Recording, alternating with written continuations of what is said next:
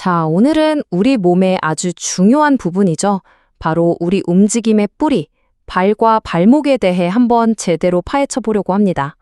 운동학적인 관점에서 그 구조부터 기능까지 샅샅이 훑어볼게요. 여러분, 우리가 매일 걷고 뛸 때 우리 몸 전체를 버티게 해주는 게 뭘까요? 네, 바로 발과 발목인데요. 이게 얼마나 복잡하냐면요. 자그마치 26개의 뼈, 33개의 관절, 그리고 100개가 넘는 근육, 힘줄, 인대들이 모여서 만들어진 정말 정교한 기계라고 할 수 있죠. 그럼 이 복잡한 구조가 대체 어떻게 작동하는 걸까요? 그걸 알려면 일단 좀 쪼개서 봐야겠죠? 발은 크게, 아주 명확하게 세 부분으로 나눌 수 있습니다. 자, 여기 표를 보시면 딱 정리가 되는데요. 우리 몸무게가 처음 딱 닿는 단단한 발 뒷부가 있고요. 그 다음 울퉁불퉁한 땅에도 잘 적응하게 해주는 발 중부, 그리고 마지막으로 우리가 앞으로 팍 치고 나갈 수 있게 추진력을 주는 발 앞부, 이렇게 세 파트로 나뉘는 거죠. 흔히 우리가 발목이라고 부르는 주 관절 있잖아요. 이건 의외로 단순한 구조예요. 문에 달린 경첩처럼요. 그래서 하는 일도 명확합니다. 발을 위로 이렇게 들어 올리는 발등 굽힘, 그리고 반대로 발끝을 꾹 누르는 발바닥 굽힘. 이 두 가지 핵심 움직임을 담당하는 거죠. 근데 발목은 좌우로도 까딱까딱 움직이잖아요. 맞아요. 근데 그 움직임은 사실 지금 말한 주 발목 관절에서 일어나는 게 아니에요. 이건 보기보다 훨씬 복잡한 3차원적인 움직임인데 바로 그 주 관절 바로 밑에 있는 목말 밑관절이라는 곳에서 이런 일이 벌어지는 겁니다. 정말 신기하죠? 자, 뼈대랑 관절 구조는 이제 좀 감이 오시죠? 그럼 이제 이 뼈대를 움직이는 엔진, 바로 근육들 이야기를 해볼게요. 이 근육들이 없으면 아무 소용이 없으니까요. 제일 먼저 우리 정강이 앞쪽에 딱 붙어있는 아주 중요한 근육부터 한번 만나보겠습니다. 바로 이 앞정강근인데요. 이 근육이 하는 가장 중요한 일은 발을 위로 착 들어 올리는 거예요. 우리가 걸을 때 발끝이 바닥에 질질 끌리지 않게 하는 거, 전부 이 친구 덕분입니다. 정말 보이지 않는 곳에서 열일하는 핵심 선수죠. 그런데 말이죠. 만약에 이 핵심 선수가 이 앞정강근이 약해지거나 아예 일을 못하게 되면 어떻게 될까요? 상상만 해도 좀 아찔하죠? 바로 발처짐이라는 형상이 생깁니다. 발을 들어 올리는 힘이 없으니까 걸을 때 발끝이 바닥에 툭툭 걸리겠죠? 그럼 넘어지지 않으려고 자기도 모르게 엉덩이랑 무릎을 과도하게 들어 올리면서 걷게 돼요. 마치 장애물을 넘는 것처럼요. 이 걸음걸이 하나만 봐도 근육 하나가 우리 몸의 움직임에 얼마나 절대적인 영향을 미치는지 바로 알 수 있는 대목입니다. 물론 앞정강근 혼자 일하는 건 아니에요. 완벽한 팀플레이죠. 우리 종아리 뒤쪽에 아주 강력한 장단지근과 가자미근이 땅을 박차고 나가는 힘을 만들어주고요. 그리고 다리 안쪽과 바깥쪽에 있는 근육들이 우리가 비틀거리지 않게 좌우 밸런스를 딱 잡아주는 역할을 합니다. 정말 환상의 팀이죠. 자, 이제 근육 얘기는 잠시 접어두고 발의 또 다른 비밀을 한번 파헤쳐 볼까요? 바로 발의 활. 영어로는 알치라고 하죠. 여러분, 우리 발바닥이 왜 평평하지 않고 움푹 파여 있는지 생각해 보신 적 있으세요? 이게 바로 우리 몸의 충격을 흡수해주는 자연적인 스프링 역할을 하는 엄청나게 정교한 구조입니다. 이 스프링은 하나가 아니라 무려 3개나 있습니다. 여기 보시는 것처럼 안쪽 세로활, 가쪽 세로활, 그리고 가로활이 있는데요. 이 3개의 활이 힘을 합쳐서 우리가 뛸 때 생기는 충격을 흡수해주고 또 울퉁불퉁한 길을 걸을 때도 안정적으로 지지해주고 마지막엔 땅을 박차고 나갈 수 있는 단단한 지지대 역할까지 해주는 거예요. 우리가 흔히 아치라고 말하는 건 이 중에서 가장 높고 눈에 잘 띄는 안쪽 세로활을 말하는 경우가 많죠. 그런데 말입니다. 이 완벽해 보이는 아치 구조가 만약에 무너지거나 변형된다면 어떻게 될까요? 네, 바로 여기서 우리가 흔히 말하는 여러 가지 발의 문제들이 시작됩니다. 대표적인 게 바로 이 아치 높이 문제인데요. 아마 들어보셨을 거예요. 평평발, 바로 평발이죠. 아치가 주저앉아서 충격 흡수라는 스프링 기능을 거의 못하게 되는 거고요. 반대로 요족이라는 것도 있는데 이건 아치가 너무 높은 거예요. 너무 뻣뻣해서 오히려 충격을 제대로 흡수하지 못하고 발에 무리를 주게 되죠. 뭐든 과하면 좋지 않은 것 같아요. 문제는 아치에서만 끝나는 게 아닙니다. 발가락 모양이 변형되기도 하는데요. 엄지발가락이 휘는 엄지발가락 각족 휨증이나 발가락이 갈퀴나 망치 모양처럼 구부러지는 변형도 있어요. 이렇게 되면 발에 실리는 압력이 한쪽으로 쏠리면서 통증이 생기고 또 변형된 부분이 신발에 계속 닿으니까 굳은 살이 박히고 악순환이 반복되는 거죠. 자, 이렇게 발과 발목의 세계를 한번 쭉 둘러봤는데요. 어떠셨나요? 그냥 우리 몸의 맨 끝에 달려있는 부분이라고만 생각했는데 알고 보니 정말 엄청난 일을 하는 그야말로 생체 역학의 걸작품이었죠. 오늘 이 내용을 들으셨으니 잠시 한번 생각해 보세요. 지금 이 순간에도 묵묵히 당신의 모든 것을 지탱해주고 있는 당신의 발은 과연 어떤 모습인가요? 우리 몸의 움직임, 정말 정교한 기계 같지 않나요?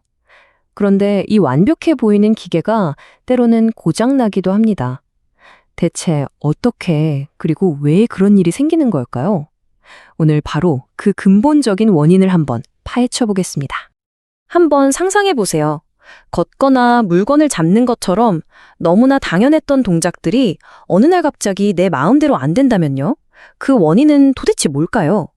바로 이 질문에서부터 오늘 이야기를 시작해 보려고 합니다. 자, 이런 질문들에 대한 답이 바로 병리운동학이라는 분야에 숨어 있습니다. 이게 뭐냐면요. 아주 간단하게 말해서 비정상적인 움직임을 과학적으로 파고드는 학문이에요. 그러니까 그냥 어떻게 이상하게 움직이는지를 보는 게 아니라 도대체 왜 그런 문제가 생기는지 그 뿌리까지 찾아 들어가는 거죠. 좋습니다. 그럼 바로 구체적인 사례로 들어가 볼게요. 우리한테 가장 익숙한 움직임이죠? 바로 걷기부터 한번 살펴보겠습니다. 우리가 평범하게 걷는 건 사실 잘 짜인 안무나 다름없어요. 발이 땅에 닿아 있는 시간과 공중에 떠 있는 시간의 비율이 아주 정교하게 맞춰져 있거든요. 그래서 최소한의 에너지만 쓰면서 부드럽게 앞으로 나아갈 수 있는 거죠. 그런데 이 리듬과 균형이 깨져버리면 바로 그때 발을 끌거나 절뚝거리는 눈에 띄는 문제들이 생기기 시작합니다. 그 대표적인 예시 중 하나가 바로 이 발처짐 현상입니다. 말 그대로 걸을 때 발 앞부분을 제대로 들어 올리지 못해서 발끝이 바닥에 질질 끌리는 그런 증상이에요. 자, 여기서부터가 정말 흥미롭습니다. 발끝이 끌리는 게 단순히 발에만 문제가 있는 게 아니라는 거죠. 원인을 한번 추적해 볼까요? 먼저 발목을 들어 올리는 앞정강근이라는 근육이 약해진 게 보이고요. 거기서 한 단계 더 깊이 들어가 보면 그 근육한테 움직여! 하고 명령을 내리는 깊은 종아리 신경에 손상이 있는 거예요. 바로 이렇게 겉으로 보이는 증상에서 시작해서 근육 그리고 신경까지 문제의 근원을 거슬러 올라가는 게 핵심입니다. 또 다른 아주 흔한 이상보행으로 트렌델렌버그 보행이라는 게 있어요. 걸을 때 엉덩이가 양옆으로 심하게 흔들려서 꼭 오리가 걷는 것처럼 보이기도 하죠.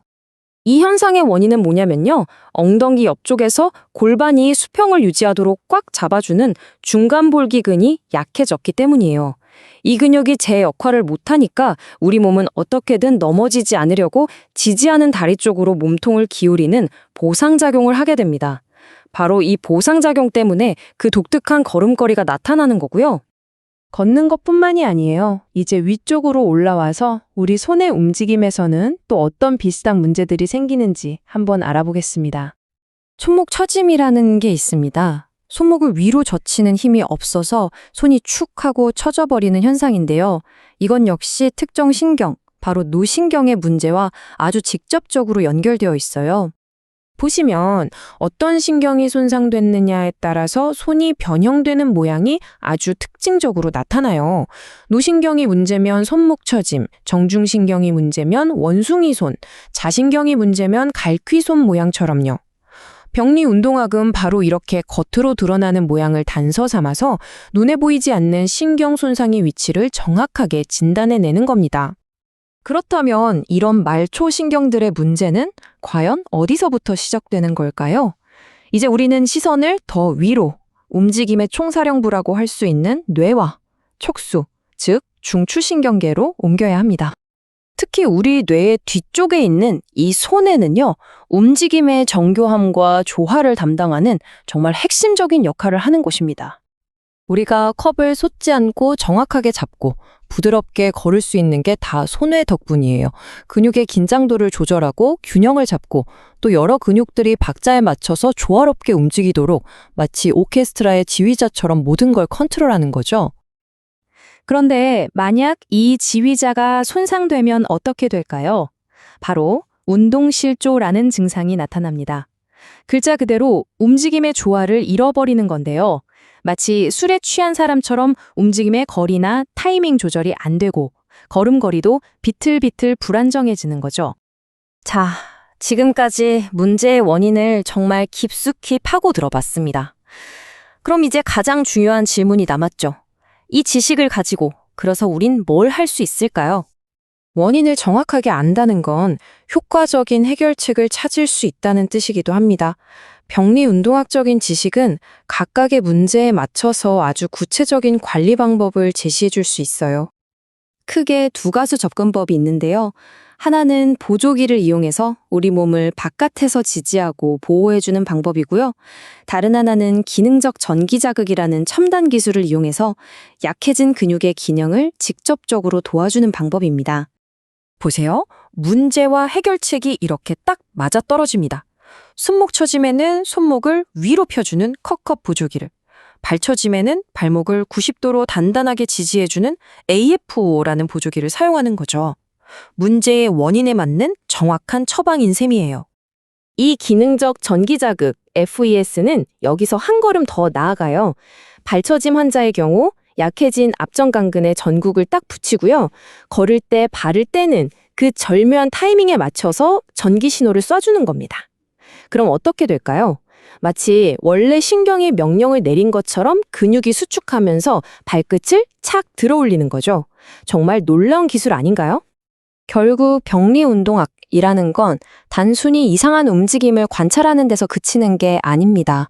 그 움직임의 왜, 즉 근본 원인을 파악함으로써 가장 효과적인 재활과 관리로 나아가는 길을 열어주는 거죠. 이게 바로 핵심입니다. 오늘 우리는 우리 몸의 움직임이 고장나는 이유를 따라가 봤습니다. 하지만 마지막으로 이런 질문을 한번 던져봅니다. 반대로 이토록 복잡한 우리 몸의 시스템은 어떻게 대부분의 시간 동안 아무 문제 없이 이렇게나 완벽하게 작동하는 걸까요? 이 질문을 여러분께 남기면서 오늘 설명을 마치겠습니다. 함께 해주셔서 감사합니다. 자, 오늘 살펴볼 내용은 운동학 5장, 바로 팔 관절 복합체입니다. 이 안에 정말 놀라운 비밀이 숨어 있거든요. 혹시 팔꿈치, 그냥 문에 달린 경첩처럼 단순히 팔을 구부리고 펴는 역할만 한다고 생각하셨나요? 사실은 그 설계가 훨씬 더 정교하고 영리하답니다. 지금부터 한번 자세히 들여다볼게요. 이 팔꿈치의 진짜 기능을 제대로 이해하려면 먼저 그 기본 설계도, 그러니까 청사진부터 봐야 해요. 우리가 흔히 팔꿈치라고 부르는 이 부분은요, 사실 그냥 관절 하나가 아니에요. 여러 개의 뼈랑 또 특화된 관절들이 아주 정교하게 만나서 이루어진 말 그대로 복합체입니다. 보시면 위팔뼈, 그리고 아래팔에 있는 좌뼈와 노뼈, 이렇게 세 개의 뼈가 만나서 이 복합체를 만들어요. 근데 여기서 정말 중요한 건 이 뼈들이 그냥 뭉쳐있는 게 아니라 각각 다른 역할을 하는 세 개의 독립적인 관절을 만들어낸다는 거죠.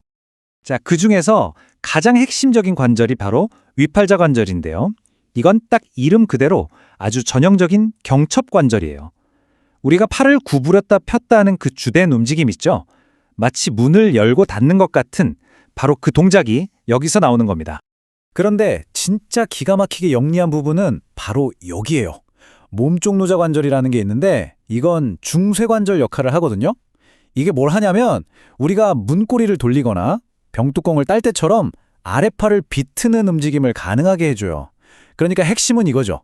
팔꿈치는 그냥 경첩이 아니라 경첩이면서 동시에 회전하는 중쇄 역할까지 한다는 거예요.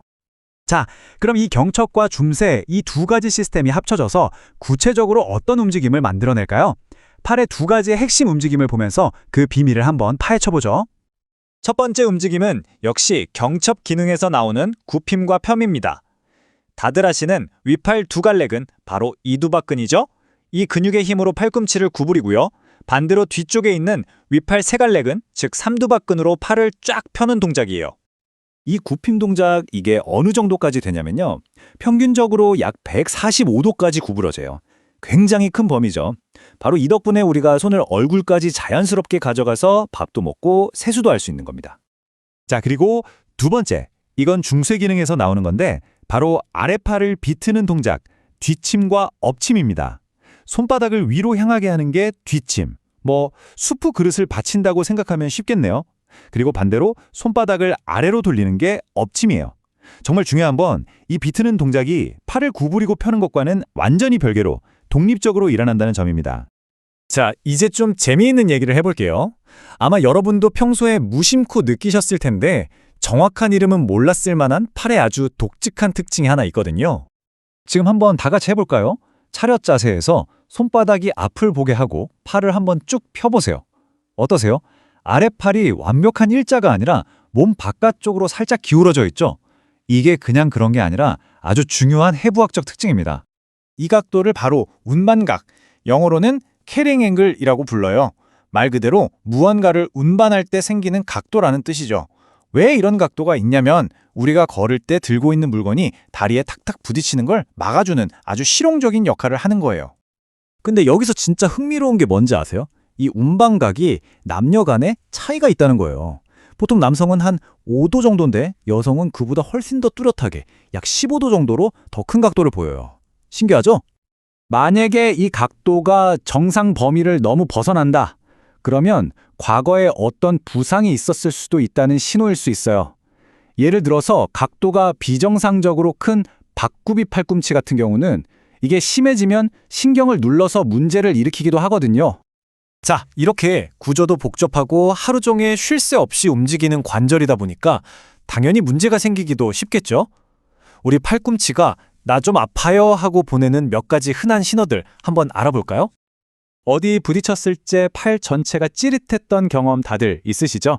바로 그 퍼니본이라고 부르는 신전신경 포착 문제부터 어린아이들 팔을 확 잡아당겼을 때 생기기 쉬운 팔꿈치 탈구, 그리고 테니스 엘보, 골프 엘보처럼 운동선수들에게 익숙한 과사용 부상까지 정말 다양해요. 그리고 이 모든 문제들이 사실은 우리가 방금 살펴본 그 복잡한 해부학적 구조랑 다 연결되어 있는 겁니다. 자, 이제 확실히 아시겠죠? 팔꿈치는 그냥 단순한 경첩이 아니었습니다. 단단하게 버텨주는 안정성과 자유롭게 움직이는 가동성, 이 두 가지를 모두 잡아낸 정말 경이로운 공학적 설계의 결과물인 거죠. 생각해보면 우리 몸에는 이렇게 단순해 보이는 구조 속에 정말 복잡하고 우아한 해법들이 숨어 있는 것 같아요. 다음번엔 우리 몸에 또 어떤 놀라운 비밀을 함께 파헤쳐 볼까요? 우리가 걷고 뛸 때, 아니 그냥 앉아 있을 때도 말이죠. 우리 몸의 중심을 딱 잡아주는 곳이 있습니다. 바로 엉덩관절인데요. 오늘은 이 몸통과 다리를 잇는 아주 중요한 관절이 어떻게 그렇게 자유롭게 움직이면서도 또 안정적일 수 있는지 그 비밀을 한번 파헤쳐보려고 합니다. 네, 그래서 오늘은요. 먼저 엉덩관절의 기본적인 설계도부터 시작해 볼 거고요. 그 다음엔 안정성의 핵심인 인대, 그리고 실제로 움직임을 만들어내는 근육들을 차례로 살펴볼 거예요. 마지막으로는 이 모든 것들이 우리 걸음걸이에 어떻게 드러나는지 그 아주 흥미로운 연결고리까지 한번 쭉 따라가 보겠습니다. 엉덩관절이 해야 할 일은 딱 정해져 있어요. 다리를 자유롭게 움직이게 해주면서도 동시에 다처럼 우리 몸을 굳건히 지지해야 한다는 거. 이 두 가지. 어떻게 보면 서로 반대되는 역할을 완벽하게 해내기 위해서 정말 정교하게 설계됐거든요. 자, 지금부터 그 비밀을 하나씩 풀어보겠습니다. 자, 그럼 첫 번째 섹션부터 시작해 볼까요? 엉덩관절의 기본 구조, 그러니까 그 핵심 설계부터 한번 들여다보겠습니다. 엉덩관절의 가장 큰 특징은요, 바로 절구관절이라는 구조예요. 말 그대로 공 모양의 뼈머리가 깊은 소켓에 쏙 들어가 있는 형태죠. 이게 되게 단순해 보이지만 이 디자인 덕분에 굽혔다 폈다 벌렸다 오므렸다 심지어 돌리는 것까지 거의 모든 방향의 움직임이 가능해지는 겁니다. 우리 몸에서 가장 자유도가 높은 관절 중 하나라고 할 수 있죠. 자, 구조를 조금 더 자세히 볼게요. 이 볼기뼈에 있는 관절오목이라는 소켓이 넙다리뼈 머리라는 공을 아주 깊숙하게 감싸고 있어요. 어느 정도냐면 이 공의 3분의 2 정도가 푹 파묻힐 정도거든요. 바로 이 깊이. 이게 바로 엉덩관절이 그렇게 안정적일 수 있는 첫 번째 비밀입니다. 물론 뼈 구조만으로는 완벽할 수 없겠죠? 이제 이 관절을 마치 안전벨트처럼 아주 단단하게 꽉 잡아주는 강력한 인대들을 살펴볼 차례입니다. 엉덩관절 주변을 보면요. 아주 강력한 인대가 3개가 있어요. 지금 보시는 것처럼 각각 앞쪽, 뒤쪽, 그리고 아래쪽에서 관절을 꽉 감싸고 있는데요. 얘네들이 하는 역할이 뭐냐면 각기 다른 방향으로 다리가 너무 과하게 꺾이는 걸 막아주는 거예요. 마치 삼각편대처럼 엉덩관절을 완벽하게 보호하고 있는 거죠. 이 3개 중에서도 특히 엉덩럽다리인데 이건 별명이 Y인대인데 정말 대단합니다.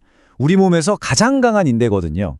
얼마나 강하냐면 우리가 근육에 힘을 하나도 안 주고 서 있어도 이 인대가 골반을 딱 잠궈줘서 넘어지지 않게 해줘요. 정말 우리 몸에 숨겨진 지지대라고 할 수 있습니다. 자, 그럼 이제 이 단단한 관절을 실제로 움직이게 하는 엔진이죠. 근육들을 한번 살펴보겠습니다. 엉덩관절이 움직일 때는요, 여러 근육들이 아주 완벽하게 협업을 해요.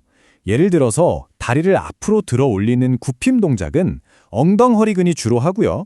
반대로 뒤로 힘껏 찰 때는 편 동작인데 이건 큰 볼기근이 담당하죠.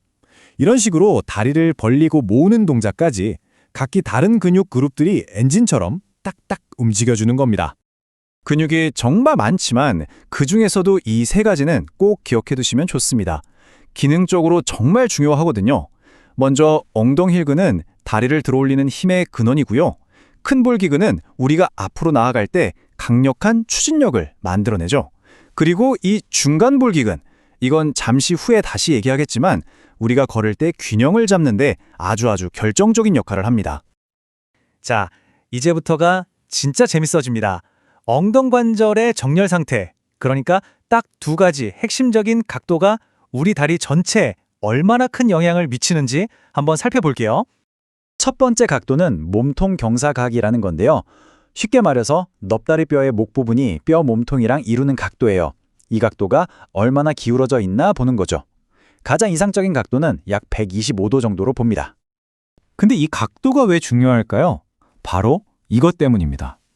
만약에 이 각도가 125도보다 작아지잖아요? 그럼 다리가 약간 짧아지면서 무릎이 안쪽으로 모이는 우리가 흔히 X자다리라고 하는 박구비 무릎이 될 수 있어요. 반대로 각도가 너무 커지면 다리가 길어지면서 O자다리, 즉 안구비 무릎이 될 수 있고요. 결국 엉덩관절의 이 작은 각도 차이가 다리 전체의 정렬을 바꿔버리는 겁니다. 자, 다음 각도는 비틀림 각입니다. 이건 뭐냐면 넙다리뼈 자체가 얼마나 꽈배기처럼 뒤틀려 있는지를 나타내는 각도예요. 뼈를 위에서 아래로 내려다봤을 때 각도라고 생각하시면 이해하기 쉬울 겁니다. 핵심은 바로 이거예요. 이 넙다리뼈의 비틀림 정도가 결국 우리 발끝이 어디를 향하는지를 결정한다는 겁니다. 그래서 이 각도가 정상보다 크면 발끝이 안으로 쏠리는 안짱걸음이 되고요. 반대로 각도가 작으면 발끝이 밖으로 벌어지는 팔자걸음이 되는 거죠. 우리가 그냥 습관이라고 생각했던 걸음걸이가 사실은 이 뼈의 구조적인 문제일 수 있다는 거 정말 흥미롭지 않으세요? 자, 그럼 이제 마지막 섹션입니다. 지금까지 우리가 살펴본 이 구조와 각도들이 실제 움직임, 특히 우리의 걸음걸이에서 어떻게 드러나는지 한번 확인해 보겠습니다. 혹시 길 가다가 몸을 좌우로 이렇게 기우퉁하면서 걷거나 한쪽 골반이 푹 꺼지듯이 걷는 분들 보신 적 있으세요? 왜 그런 특징적인 걸음걸이가 나타나는 걸까요? 이런 걸음걸이를 의학적으로는 트렌델렌버그 보행이라고 부릅니다. 아주 간단히 말해서 한쪽 다리를 딱 들어올리는 순간 그 들어올린 쪽 골반이 아래로 툭 떨어지는 걸 말해요. 원인은요, 놀랍게도 아주 명확합니다. 기억나시나요? 아까 우리가 걸을 때 균형을 잡는 데 아주 중요하다고 했던 근육? 바로 그 중간볼기근이 약해져서 그렇습니다. 땅을 딛고 있는 쪽에 중간볼기근이 힘을 못 쓰니까 반대쪽 골반이 들릴 때 그 무게를 못 이기고 그냥 툭 떨어져 버리는 거죠. 이것 말고도 또 다른 예가 있는데요. 큰 볼기근이 약하면 걸을 때 상체를 뒤로 휙 젖히는 독특한 걸음걸이가 나타나기도 해요. 이처럼 특정 근육이 약해지면 그게 눈에 보이는 아주 뚜렷한 걸음걸이의 변화로 이어진다는 거, 이걸 꼭 기억해 주시면 좋겠습니다. 네, 오늘 이렇게 보셨듯이 엉덩관절은 그냥 뼈랑 근육 덩어리가 아니에요. 우리 몸의 움직임과 안정성, 이 두 가지를 모두 주의하는 컨트롤 타워인 셈이죠. 오늘 내용을 통해서 혹시 여러분의 엉덩관절은 건강한지 한 번쯤 생각해 보시는 계기가 되었으면 좋겠습니다. 여러분, 우리가 걷고 달리고 점프할 때 이 모든 움직임의 충격을 묵묵히 받아내는 곳이 어디일까요? 네, 바로 무릎입니다. 어찌 보면 우리 몸에서 가장 혹사당하면서도 가장 정교한 공학의 산물이라고 할 수 있죠. 오늘 이 복잡하고도 중요한 무릎의 세계로 한번 깊이 들어가 보겠습니다. 자, 그래서 오늘은 크게 5가지 파트로 나눠서 살펴볼 거예요. 먼저 무릎이 어떻게 생겼는지 그 청사진을 보고요. 그 다음엔 무릎을 튼튼하게 잡아주는 핵심 구조물들, 그리고 무릎이 어떻게 움직이는지 그 원리를 파헤쳐 볼 겁니다. 마지막으로 흔히 발생하는 정렬 문제와 병원에서 하는 손상 진단법까지 알아보겠습니다. 좋습니다. 그럼 첫 번째 파트, 무릎의 청사진입니다. 무릎의 기본적인 구조를 한번 뜯어보자는 거죠. 자, 무릎 관절을 이루는 뼈들입니다. 위에서는 큰 넙다리뼈가 내려오고 아래에서는 정강뼈와 그 옆에 종아리뼈가 받쳐주죠. 그리고 앞쪽에는 우리가 흔히 무릎 뚜껑이라고 부르는 무릎뼈가 있습니다. 이 4개의 뼈가 만나는 정말 중요한 교차로라고 할 수 있어요. 모든 움직임이 바로 여기서 시작되니까요. 여기서 진짜 재밌는 사실이 하나 있어요. 우리가 그냥 무릎 관절이라고 부르지만 사실은 2개의 관절이 한데 모여 있는 구조라는 거? 하나는 우리 체중을 직접적으로 지탱하는 이 정강 넙다리 관절이고요. 또 다른 하나는 무릎뼈가 부드럽게 미끄러지면서 근육의 힘을 효율적으로 전달해주는 무릎 넙다리 관절입니다. 이 둘이 정말 환상의 호흡을 자랑하는 거죠. 자, 이제 2번째 파트로 넘어갑니다. 뼈대만 덩그러니 있으면 당연히 불안정하겠죠? 이 뼈들을 단단하게 묶어주고 충격을 흡수해주는 아주 중요한 연부 조직들, 바로 핵심 안정화 구조물에 대해서 알아보겠습니다. 무릎 안정성의 핵심, 바로 십자인대입니다. 이름 그대로 X자 모양으로 규차하고 있는데요. 전방 십자인대, 흔히 ACL이라고 하죠. 이건 정강뼈가 앞으로 튀어나가지 않게 꽉 잡아주는 역할을 하고요. 반대로 후방 십자인대, PCL은 정강뼈가 뒤로 밀리지 않게 막아줍니다. 이 둘 앞에서 당기고 뒤에서 버텨주면서 무릎이 흔들리지 않게 하는 거죠. 정말 중요해요. 십자인대가 무릎을 앞뒤로 잡아준다면 위아래 충격은 누가 감당할까요? 바로 이 반달연골입니다. 진짜 무릎의 숨은 영웅이에요. C자 모양의 연골인데 뼈와 뼈 사이에서 쿠션 역할을 해주는 거죠. 우리가 걷고 뛸 때마다 생기는 충격을 흡수하는 자동차의 쇼크 옵서버라고 생각하시면 딱 맞습니다. 그런데 말이죠. 이 구조물들이 워낙 가깝게 붙어 있다 보니까 문제가 생길 때 같이 생기는 경우가 많아요. 특히 운동하다가 무릎 바깥쪽에서 강한 태클 같은 충격을 받으면 안쪽에 있는 3가지 구조물, 그러니까 전방 십자인대, 내측 측보인대, 그리고 내측 반달 연골이 동시에 찢어지는 끔찍한 일이 벌어지곤 합니다. 그래서 이걸 불행의 삼중주라고 부르는 거예요. 정말 이름만 들어도 아찔하죠. 자, 지금까지는 부품들을 살펴봤다면 이제부터는 이 부품들이 어떻게 작동하는지, 즉 움직임의 원리에 대해 알아볼 차례입니다. 무릎에 숨겨진 아주 영리한 메커니즘이 있거든요. 자, 이런 질문을 한번 던져볼게요. 무릎은 어떻게 최소한의 노력으로 서 있을 때 최대의 안정성을 얻을 수 있을까요? 우리가 가만히 서 있을 때 다리에 힘을 꽉 주고 있지 않아도 되잖아요. 그 비밀이 바로 무릎에 아주 똑똑한 자동 잠금 장치에 있습니다. 그 잠금 장치의 이름이 바로 스크류 홈 메커니즘입니다. 이름 그대로예요. 나사가 집으로 들어간다는 뜻이죠. 무릎을 쭉 펴는 마지막 순간에 정강뼈가 바깥쪽으로 살짝 돌아가면서 넙다리뼈에 딱 하고 고정되는 거예요. 마치 병뚜껑을 돌려 꽉 잠그는 것처럼요. 이렇게 되면 근육이 거의 힘을 쓰지 않아도 무릎이 아주 안정적으로 고정됩니다. 정말 효율적이죠? 그럼 이렇게 꽉 잠긴 무릎은 어떻게 다시 구부릴까요? 잠궜으면 열쇠가 있어야겠죠. 그 열쇠 역할을 하는 게 바로 무릎 뒤쪽에 있는 작은 근육, 오금근입니다. 무릎을 구부리라고 할 때 이 오금근이 먼저 수축해서 아까 잠길 때와는 반대 방향으로 정강뼈를 살짝 돌려줘요. 딸깍 하고 나사를 푸는 거죠. 그래야 비로소 무릎이 부드럽게 구부러지기 시작합니다. 지금까지는 이상적인 무릎의 구조와 움직임을 봤는데요. 근데 사실 모든 사람의 무릎이 교과서처럼 완벽하게 정렬되어 있지는 않죠. 그래서 네 번째 파트에서는 가장 흔한 정렬 문제들에 대해 다뤄보겠습니다. 가장 대표적인 게 바로 이 두 가지입니다. 왼쪽은 우리가 흔히 X자 다리라고 부르는 외반슬이고요. 무릎이 안쪽으로 꺾인 모양이죠. 오른쪽은 반대로 O자 다리, 즉 내반슬입니다. 무릎이 바깥쪽으로 벌어진 형태고요. 이런 정렬 차이가 무릎에 가해지는 스트레스를 완전히 바꿔놓게 됩니다. 그럼 이런 정렬 상태를 의사나 물리치료사들은 어떻게 객관적으로 평가할까요?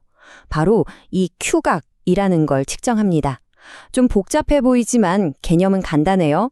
우리 허벅지 근육이 무릎뼈를 당기는 방향과 무릎 아래 인대가 당기는 방향이 이루는 각도입니다. 이 각도가 클수록 무릎뼈가 바깥쪽으로 쏠릴 가능성이 커지는 거죠. 무릎 건강에 아주 중요한 지표 중 하나입니다. 보통 여성의 평균 큐각은 한 15도 정도 되고요. 남성은 12도 정도로 여성이 조금 더 큽니다. 왜냐하면 일반적으로 여성이 남성보다 골반이 넓기 때문에 허벅지뼈가 더 비스듬하게 내려오기 때문이죠. 이 작은 각도 차이가 여성의 무릎 부상 위험에 영향을 미치기도 합니다. 이렇게 큐각이 정상보다 커지면 문제가 무릎에서 끝나지 않아요. 정말 연쇄 반응이 일어나거든요. 큐각이 커서 무릎이 안으로 쏠리면 외반슬, 그걸 보상하기 위해 정강뼈는 바깥으로 뒤틀릴 수 있고요. 무릎뼈는 자꾸 바깥으로 빠져나가려고 하겠죠. 심지어 발 아치가 무너지면 평발로 이어지기도 합니다. 우리 몸이 이렇게 다 연결되어 있는 거예요. 자, 이제 마지막 파트입니다. 이렇게 무릎에 대해 많이 알게 됐으니 이제는 실제로 문제가 생겼을 때 어떻게 원인을 찾아내는지 손상 진단에 대해 알아보겠습니다. 지식을 실전에 적용해보는 거죠. 병원에 가면 의사 선생님이 무릎을 이리저리 만져보고 돌려보잖아요. 그게 다 이유가 있는 행동입니다. 이 표에 나온 것처럼 특정 구조물을 평가하기 위한 스페셜 테스트들이 있거든요. 예를 들어 전방전이 검사는 무릎을 당겨보면서 전방 십자인대가 튼튼한지 확인하는 거고, 맥머레이 검사는 무릎을 돌리면서 반달연골에 찢어진 부분이 있는지 소리나 통증으로 알아내는 식입니다. 이렇게 해서 어떤 구조물에 문제가 생겼는지 콕 집어내는 거죠. 자, 오늘 무릎에 대해 쭉 살펴봤는데요. 이런 질문이 남습니다. 무릎의 정렬이 골반 너비나 발 모양 같은 선천적인 요소에 영향을 받는다면 과연 무릎 건강은 타고나는 걸까요? 아니면 만들어가는 걸까요? 아마 정답은 둘 다일 겁니다. 내가 타고난 해부학적 구조를 이해하는 것이 첫걸음이고, 그 위에서 올바른 자세와 꾸준한 운동으로 약점을 보완해 나가는 것이 두 번째 걸음이겠죠. 이 영상을 보신 여러분도 오늘 한번 자신의 무릎에 대해 생각해보는 시간을 가지면 어떨까요? 우리가 매일같이 하는 복잡한 움직임들이요, 사실은 몇 가지 아주 단순한 물리 법칙으로 설명될 수 있다면 어떨 것 같으세요? 오늘 이 시간에는 우리 몸을 정말 정교하게 설계된 하나의 기계로 보고 그 움직임의 설계도를 함께 해독해 보겠습니다. 자, 오늘 우리가 파헤쳐볼 내용들 간단히 짚어볼게요. 먼저 우리 몸의 움직임을 그리는 3차원 지도, 즉 설계도부터 시작할 겁니다.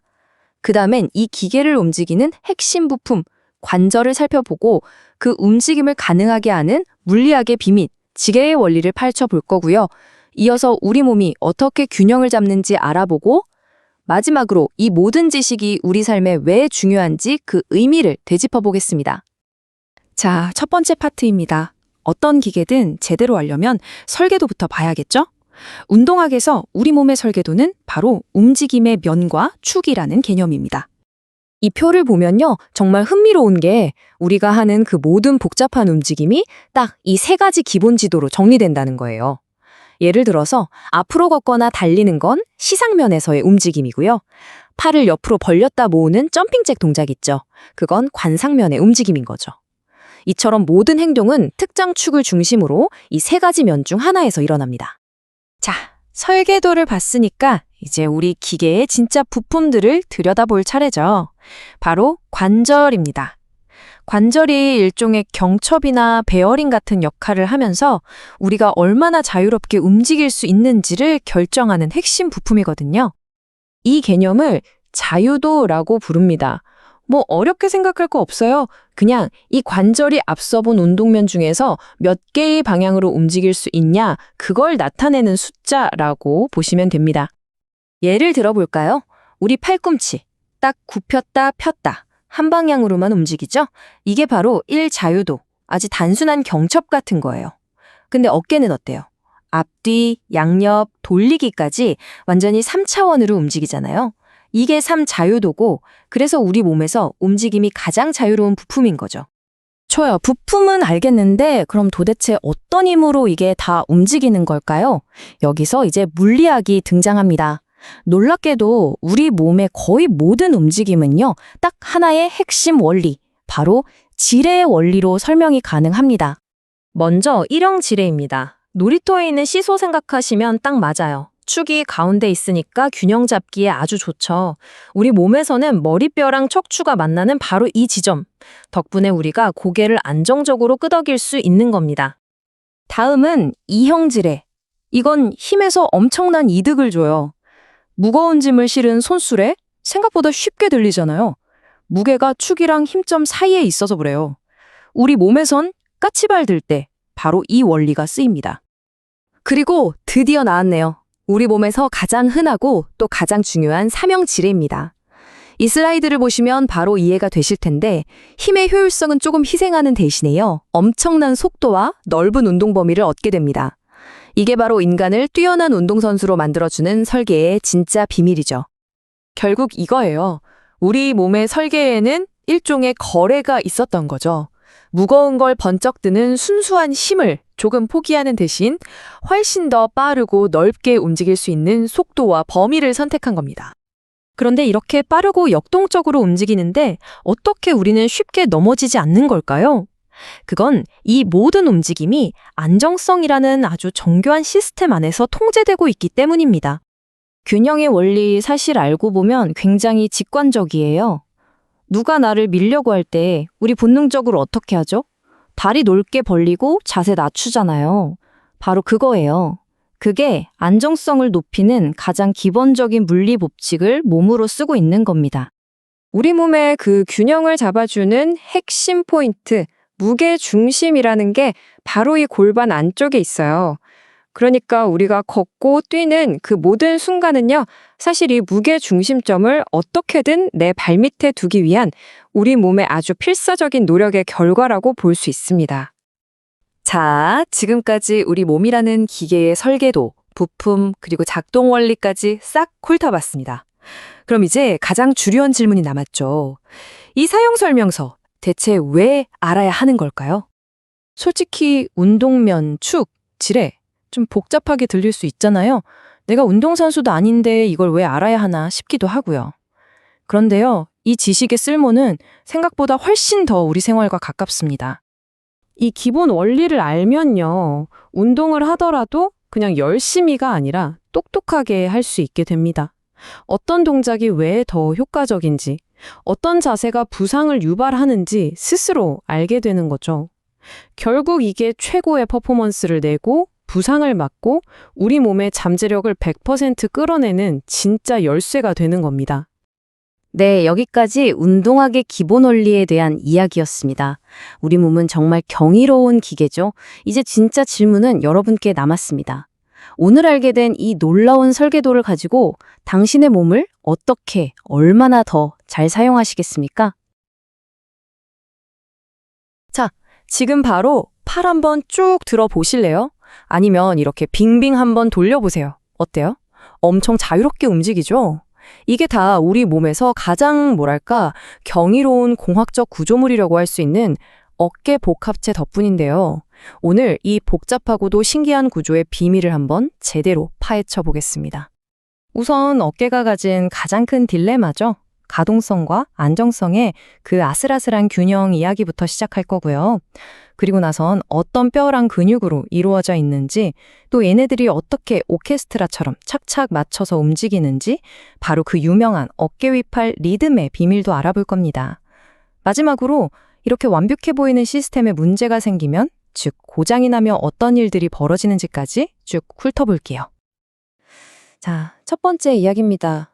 어깨를 이해하고 싶으시면요. 딱 두 단어만 기억하시면 돼요. 바로 가동성 그리고 안정성. 이 둘이 정말 아슬아슬하게 줄다리기를 하거든요. 이 줄다리기가 어깨의 모든 걸 결정한다고 보시면 됩니다. 우리 몸에서 가장 자유롭게 움직이는 관절, 어딜까요? 다들 예상하셨겠지만 바로 어깨입니다. 근데 신기하지 않아요? 어떻게 어깨는 거의 360도 전 방향으로 이렇게 휙휙 움직일 수 있는 걸까요? 그 비밀이 바로 여기에 있습니다. 정답은 바로 선택과 집중에 있어요. 우리 어깨는요, 뭔가 단단하게 꽉 잡아주는 안정성을 좀 포기했어요. 그 대신에 엄청난 가동성을 얻은 거죠. 일종의 거래를 한 셈입니다. 바로 이 점 때문에 어깨가 우리 몸에서 가장 쉽게 다치는 곳 중 하나가 된 거예요. 오늘 이야기에서 이게 가장 중요한 핵심이니까요. 꼭 기억해 두세요. 자, 그럼 이 대단한 어깨 복합체는 대체 어떤 부품들로 조립되어 있을까요? 뼈대부터 한번 뜯어보겠습니다. 이름에서부터 힌트가 있죠? 복합체. 맞습니다. 어깨는 그냥 관절 하나가 아니에요. 여러 개가 모여서 만들어진 시스템입니다. 보시면 4개의 뼈랑 5개의 관절이 있죠? 이 모든 것들이 따로 또 같이 정말 하나의 팀처럼 움직여야만 우리가 팔을 자유자재로 움직일 수 있는 거예요. 마치 정교한 시계처럼 톱니바퀴 하나라도 어긋나면 전체가 삐걱거리거나 멈춰버리는 거죠. 이 중에서 특히 요 어깨가슴 관절이라는 녀석은 좀 주목해 볼 필요가 있어요. 얘는 사실 해부학적으로 진짜 관절은 아니거든요. 그런데 관절처럼 기능을 해요. 그래서 우리가 기능적 관절이라고 부르는데 어깨뼈가 등 위에서 부드럽게 쭉 미끄러지게 만들어서 팔의 움직임 범위를 말도 안 되게 늘려주는 역할을 합니다. 진짜 숨은 영웅 같은 존재죠. 자, 다시 한번 그 가동성 대 안정성 이야기로 돌아와 볼게요. 이 문장이 어깨의 딜레마를 아주 잘 보여주고 있는데요. 우리 어깨의 메인 관절, 그러니까 오목이팔 관절은요, 비유하자면 마치 골프티 위에 골프공이 아슬아슬하게 딱 얹혀있는 모양새예요. 상상해 가시죠? 접촉면이 저렇게 작으니까 공을 어느 방향으로든 굴리기 쉽잖아요. 즉, 가동성은 엄청 좋은데 조금만 툭 쳐도 공이 굴러떨어질 것처럼 구조적으로는 굉장히 불안정한 겁니다. 아니, 이렇게 불안정한 뼈 구조를 그럼 대체 뭐가 붙잡아주는 걸까요? 정답은 바로 근육입니다. 이 근육들이 없으면 어깨는 그냥 덜렁거리는 뼈 뭉치에 불과해요. 지금부터 어깨를 움직이면서 동시에 꽉 잡아주는 핵심 근육들을 만나보시죠. 어깨 안정성의 알파이자 오메가, 바로 돌림근띠, 영어로는 로테이터 커프라고 하죠. 이 4개의 근육들이 마치 위팔뼈 머리를 사방에서 꽉 껴안고 있는 것처럼 감싸고 있어요. 그래서 관절을 돌리고 움직이기도 하지만 동시에 느슨한 관절이 빠지지 않게 꽉 붙들어 매주는 아주 중요한 역할을 합니다. 그래서 동적 안정화 근육, 즉 움직이면서 안정시킨다는 멋진 이름이 붙은 거죠. 이 4명의 용사 중에서도 특히 가시위근은 꼭 기억해 두셔야 해요. 왜냐하면 얘가 지나가는 길이 태생적으로 좀 좁아요. 뼈랑 뼈 사이의 좁은 틈을 지나가거든요. 그러다 보니까 우리가 팔을 위로 쓱 들어 올릴 때마다 이 공간에서 자꾸 끼거나 마모되기 쉬운 거죠. 괜히 어깨 힘줄 파열됐다고 하면 거의 대부분 이 가시위근 문제인 게 아닙니다. 돌림근띠가 팔뼈를 직접 잡고 있다면 그보다 더 큰 그림을 그리는 근육들이 있어요. 바로 어깨뼈 자체를 컨트롤하는 앞톱니근과 등 세모근입니다. 이 둘은 환상의 짝꿍이에요. 얘네 둘이 어깨뼈를 등 뒤에 딱 안정적으로 고정시켜줘야 그 위에서 팔이 제대로 힘을 쓸 수 있는 거거든요. 집을 지을 때 기초가 튼튼해야 하는 거랑 똑같아요. 이 둘의 균형이 깨진다? 그럼 모든 게 와르르 무너지는 겁니다. 자, 지금까지 뼈, 관절, 근육, 여러 배우들을 살펴봤는데요. 그럼 이 배우들이 모여서 어떻게 한 편의 멋진 공연을 만들어낼까요? 어떻게 오케스트라처럼 조화롭게 움직이는 걸까요? 그 비밀이 바로 어깨 위팔 리듬이라는 것에 숨어 있습니다. 이 어깨 위팔 리듬이라는 건요, 말 그대로 어깨의 엄청난 가동 범위를 만들어내는 비밀 공식 같은 거예요. 우리가 팔을 들어 올릴 때 그냥 위팔뼈만 덜렁 올라가는 게 아니라는 거죠. 그 뒤에서 어깨뼈가 아주 절묘한 타이밍과 리듬에 맞춰서 같이 싹 움직여주기 때문에 우리가 팔을 머리 위까지 번쩍 들어 올릴 수 있는 겁니다. 이 리듬에는 단계가 있어요. 자, 1단계. 팔을 들어 올리기 시작해서 처음 30도까지는요, 위팔뼈가 먼저 혼자서 움직임을 시작합니다. 자, 출발! 하고 신호를 보내는 거죠. 그러다가 30도를 넘어가는 순간 2단계가 시작됩니다. 이때부터 어깨뼈가 마치 기다렸다는 듯이 합류해서 위팔뼈와 함께 멋진 듀엣 댄스를 추기 시작하는 거예요. 바로 이 숫자 2대 1. 이게 바로 그 듀엣 댄스의 안무입니다. 30도를 넘어서면서부터는요, 팔이 총 3도 올라갈 때 위팔뼈가 2도, 그리고 어깨뼈가 1도를 담당하는 거예요. 항상 이 2대 1의 비율을 정확하게 지키면서 움직입니다. 이게 바로 어깨 움직임의 효율과 안정성을 모두 잡는 그야말로 황금 비율인 거죠. 그래서 결과적으로 팔을 180도, 머리 위까지 쭉 뻗었을 때 기여도를 보면 딱 떨어져요. 전체 180도 중에 120도는 위팔뼈가, 나머지 60도는 어깨뼈가 만들어낸 움직임이라는 거죠.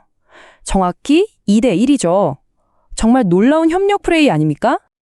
그런데 말이죠. 이렇게 완벽해 보이는 시스템도 고장이 날 때가 있습니다. 그럼 어떻게 될까요? 지금부터는 이 정교한 기계가 고장 났을 때, 즉 어깨에서 가장 흔하게 발생하는 문제들이 뭔지 한번 들여다보겠습니다. 어깨 아프다고 하면 열의 9은 이 부딪힘 증후군일 가능성이 높아요. 아까 제가 가시위근이 좁은 터널을 지나간다고 말씀드렸던 거 기억나세요? 바로 그겁니다. 팔을 들어 올릴 때 이 터널이 더 좁아지면서 그 안에 있던 힘줄 같은 애들이 말 그대로 뼈랑 뼈 사이에 꽝 하고 부딪히고 끼는 거예요. 그러니 당연히 아프고 염증이 생기겠죠? 문제의 현장은 바로 위팔 위공간이라는 아주 좁은 터널입니다. 여기 보시면 가시위근 힘줄 말고도 여러 중요한 조직들이 이 좁은 터널을 통과하고 있죠. 그런데 평소 자세가 안 좋거나 아까 말했던 어깨뼈를 잡아주는 근육들이 제 역할을 못해서 어깨뼈가 불안정하게 움직이면 어떻게 될까요? 이 터널이 더 좁아지면서 안에 있는 것들을 꽉 찜어버리는 거죠. 문제가 여기서부터 시작되는 겁니다. 그런데 부딪힘 증후군보다 훨씬 더 심각한 상황이 있어요.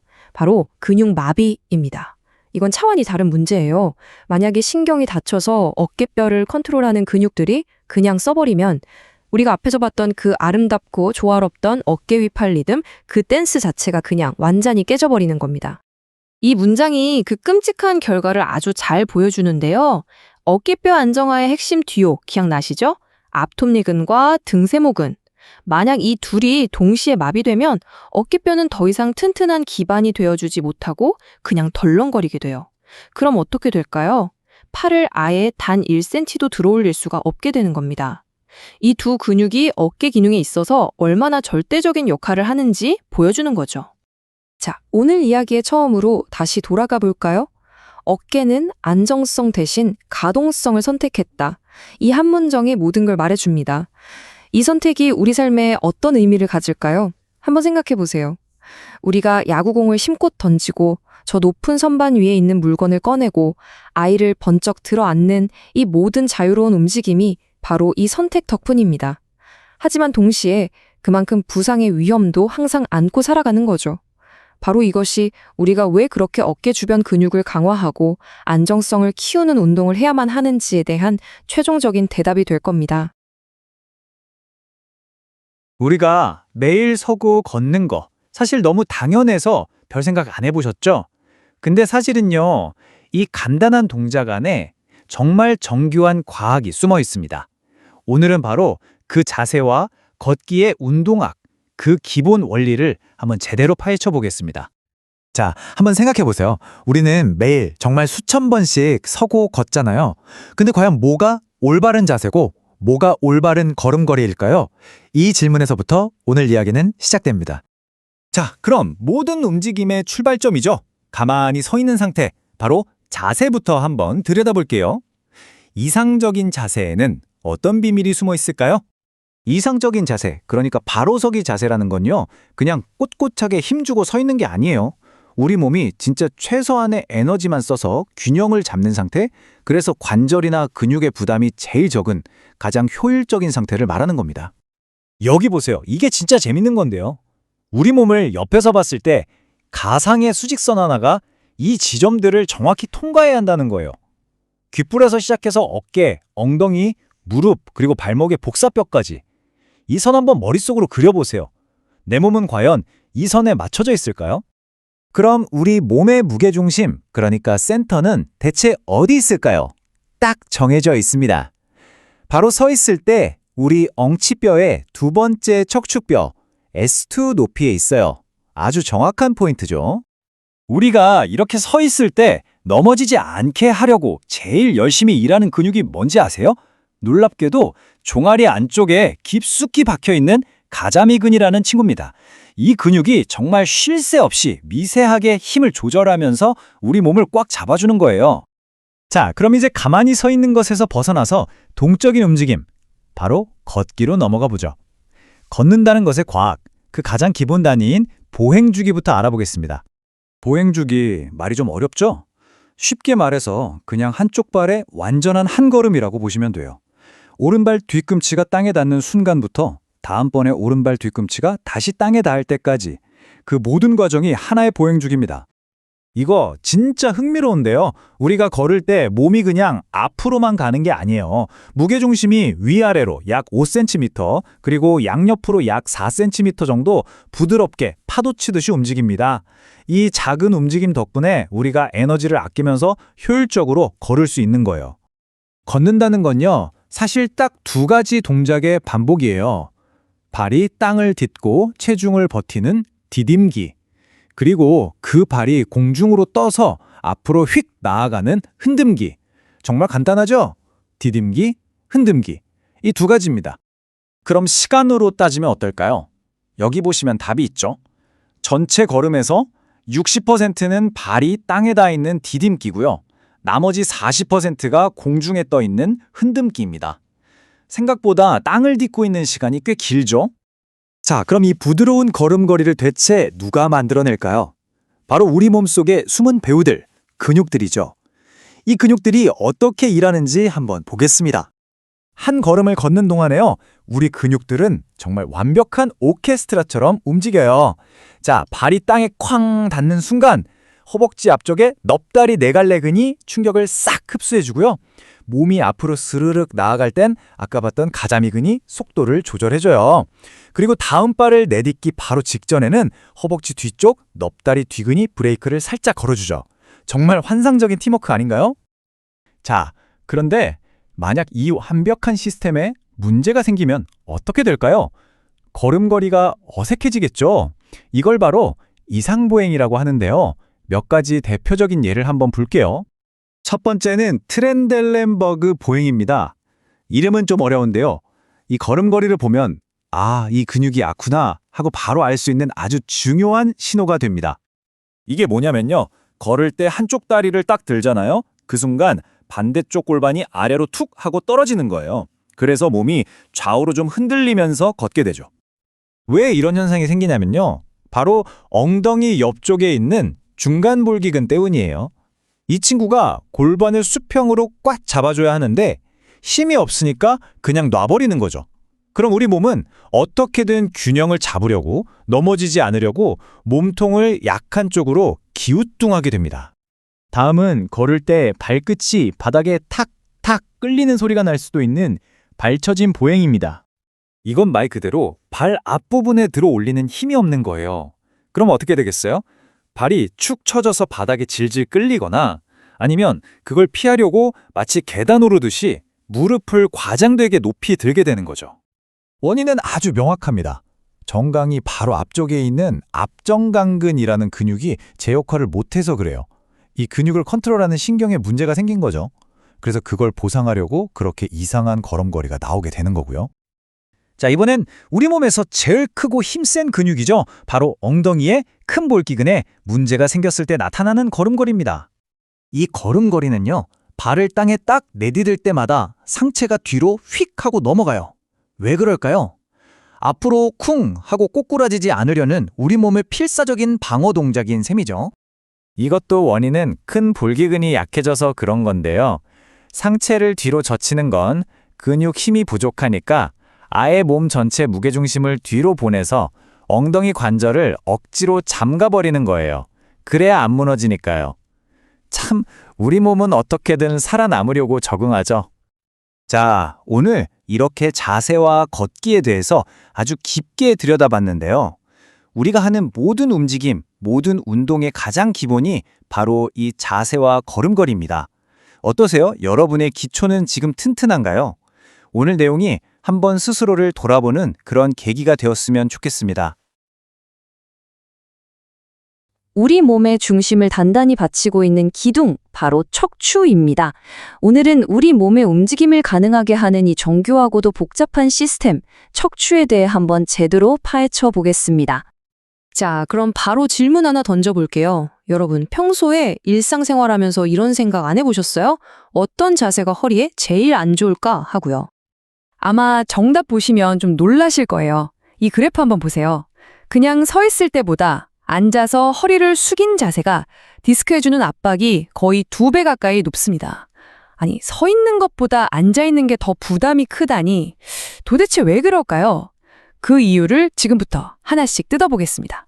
그래서 그 이유를 제대로 알려면 먼저 척추가 어떻게 생겼는지 그 기본 구조부터 시작해서 어떻게 움직이고 또 균형이 무너지면 어떻게 되는지 마지막으로 건강 원리까지 이렇게 5단계로 나눠서 한번 살펴볼게요. 자, 첫 번째입니다. 척추는요, 그냥 반듯한 막대기가 아니에요. 아주 절묘한 곡선을 가지고 있는데 이게 바로 척추의 핵심 기능하고 연결됩니다. 우리가 엄마 뱃속에 있을 땐 이렇게 C자 모양으로 구부러져 있어요. 이게 1차 구비. 그러다 태어나서 아기가 고개를 들고 또 일어서서 걷기 시작하잖아요. 그때 목이랑 허리에 반대 방향으로 구비가 생기면서 비로소 S자 곡선이 완성되는 거죠. 이 S자 곡선이 정말 기가 막힌 스프링 역할을 해주는 겁니다. 우리가 걷거나 뛸 때 생기는 충격을 아주 효과적으로 흡수해주는 거죠. 그럼 이 멋진 S자 기둥은 도대체 뭘로 만들어졌을까요? 핵심 부품은 바로 뼈, 그리고 그 사이에 있는 디스크입니다. 여기서 진짜 중요한 게 바로 이 척추 사이 원반, 우리가 흔히 디스크라고 부르는 녀석입니다. 이게 뭐냐면 뼈랑 뼈 사이에서 쿠션 역할을 해주는 건데요. 자동차로 치면 충격 흡수 장치, 바로 서스펜션 같은 거죠. 이 디스크를 딱 잘라보면요. 가운데는 말랑말랑한 젤리 같은 속질액이 들어있고요. 겉에는 이걸 보호하려고 양파 껍질처럼 질긴 섬유태가 여러 겹으로 겹겹이 싸고 있습니다. 정말 정교하죠? 자, 구조를 봤으니 이제 움직임을 봐야겠죠? 척추가 어떻게 움직이고 우리 몸의 다른 부분들과 신호를 주고받는지 한번 볼게요. 척추가 얼마나 유연하냐면요. 뼈 마디 하나하나가 무려 6방향으로 자유롭게 움직일 수 있어요. 앞으로 숙이고, 뒤로 젖히고, 옆으로 구부리고, 비틀고, 이 모든 게 가능하니까 우리가 그렇게 복잡하고 섬세한 동작을 할 수 있는 겁니다. 물론 이렇게 자유롭게 움직이다가 다치면 안 되겠죠? 그래서 인대라는 밧줄이 꽉 잡아주고 있습니다. 특히 척추 앞쪽 인대는 엄청 넓고 튼튼해서 우리가 뒤로 확 젖혀지는 걸 막아주고요. 반면에 뒤쪽 인대는 좀 좁고 약해요. 그래서 우리가 허리를 숙일 때 디스크가 약한 뒤쪽으로 밀려 나오는 경우가 많은 겁니다. 아, 디스크 탈출이 왜 주로 뒤로 생기는지 이제 좀 감이 오시죠? 이 표를 보시면 척추신경이 우리 몸 구석구석이랑 어떻게 연결되어 있는지 한눈에 보입니다. 자, 예를 들어 볼게요. 목뼈 5번 신경 C5에 문제가 생기면 어깨나 팔 바깥쪽에 저릿저릿할 수 있고요. 또 허리 3원 L4 신경이 눌리면 무릎 반사가 잘 안 될 수도 있어요. 그러니까 몸의 어떤 특정 부위에 이상 신호가 오면 혹시 척추의 이 부분 문제일까? 하고 역으로 추적해 볼 수 있는 중요한 단서가 되는 거죠. 지금까지는 척추의 완벽한 시스템에 대해 얘기했는데요. 만약에 이 정교한 균형이 깨지면 어떻게 될까요? 바로 척추 변형이 찾아옵니다. 가장 흔한 유형들을 한번 살펴보죠. 첫 번째는 뒤구분증, 우리가 흔히 구분등이라고 부르는 겁니다. 등이 이렇게 동그랗게 말리는 거죠. 특히 하루 종일 컴퓨터 앞에 앉아 있는 분들 정말 남일 같지 않으실 거예요. 이 자세가 왜 안 좋냐면요. 무게중심이 앞으로 쏠리면서 척추뼈 앞쪽, 그러니까 디스크의 앞부분에 압력이 엄청나게 쏠리게 됩니다. 이게 계속되면 디스크가 찌그러지고 결국엔 큰 문제로 이어질 수 있는 거죠. 자, 이번엔 반대입니다. 앞구분증. 허리가 S라인을 넘어서 C자처럼 과하게 쏙 들어간 상태인데요. 흔히 오리공둥이라고 부르는 자세가 바로 이거죠. 이건 보통 골반이 앞으로 기울어지면서 생기는데요. 이렇게 되면 척추뼈의 뒤쪽 부분끼리 계속 부딪히면서 압박을 받게 됩니다. 허리 뒤쪽이 뻐근한 분들은 한번 의심해 볼 수 있겠죠? 앞서 본 두 가지는 척추를 옆에서 봤을 때의 문제였죠. 그런데 이 옆구분증은 말 그대로 척추를 앞에서 봤을 때 옆으로 C자나 S자로 휘어버린 겁니다. 이게 정말 무서운 게 단순히 옆으로만 휘는 게 아니에요. 척추뼈 하나하나가 회전하면서 틀어지는 3차원적인 변형입니다. 그래서 겉으로 보기엔 어깨 높이가 다르거나 골반이 틀어져 보이기도 하고 심하면 갈비뼈 모양까지 변형될 수 있습니다. 자, 이렇게 변형된 척추를 그럼 어떻게 바로잡을 수 있을까요? 여기에 아주 중요한 원리가 하나 숨어 있습니다. 바로 보조기에서 그 힌트를 얻을 수 있어요. 바로 3점 앞 원리라는 건데요. 원리는 생각보다 간단합니다. 활처럼 휘어진 곳이 있다면 가장 튀어나온 정점에다가는 안으로 미는 힘을 하나 주고요. 그리고 그 위아래에서는 반대 방향으로 밀어주는 힘 2개를 가하는 겁니다. 이렇게 3군데에서 힘을 가하면 휘었던 게 다시 펴지겠죠? 척추교정 보조기들이 대부분 바로 이 원리를 이용하는 겁니다. 정말 똑똑하죠? 자, 이렇게 척추의 구조부터 기능, 그리고 문제가 생겼을 때의 원리까지 쭉 살펴봤는데요. 처음 던졌던 질문으로 다시 돌아가 볼까요? 그냥 무심코 구부정하게 앉아있던 그 자세가 우리 척추에 얼마나 큰 부담을 주는지 이제는 몸으로 와닿으실 겁니다. 결국 척추 건강의 시작과 끝은요, 내가 지금 어떤 자세를 하고 있는지 알아차리는 것에서부터 시작합니다. 이 시간에 맞추면서 스스로에게 한번 질문을 던져보세요. 내 척추는 오늘 안녕한가요?